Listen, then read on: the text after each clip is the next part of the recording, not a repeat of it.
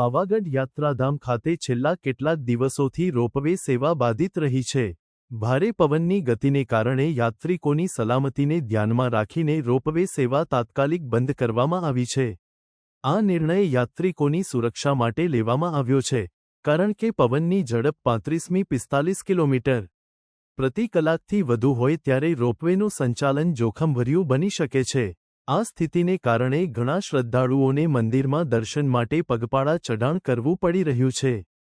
ખાસ કરીને વૃદ્ધો અને બાળકો માટે આ પરિસ્થિતિ મુશ્કેલ બની છે। કેટલાક યાત્રિકોએ આ મુશ્કેલીને કારણે દર્શન વિના પરત ફરવાનું પસંદ કર્યું છે। રોપવે સંચાલકો દ્વારા જણાવવામાં આવ્યું છે કે પવનની ગતિ સ્થિર થયા બાદ રોપવે સેવા ફરી શરૂ કરવામાં આવશે।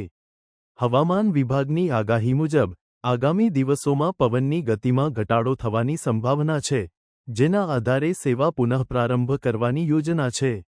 યાત્રિકોને સલાહ આપવામાં આવે છે કે તેઓ પાવાગઢ યાત્રા પહેલા હવામાનની સ્થિતિ અને રોપવે સેવા વિશેની તાજી માહિતી મેળવી લે।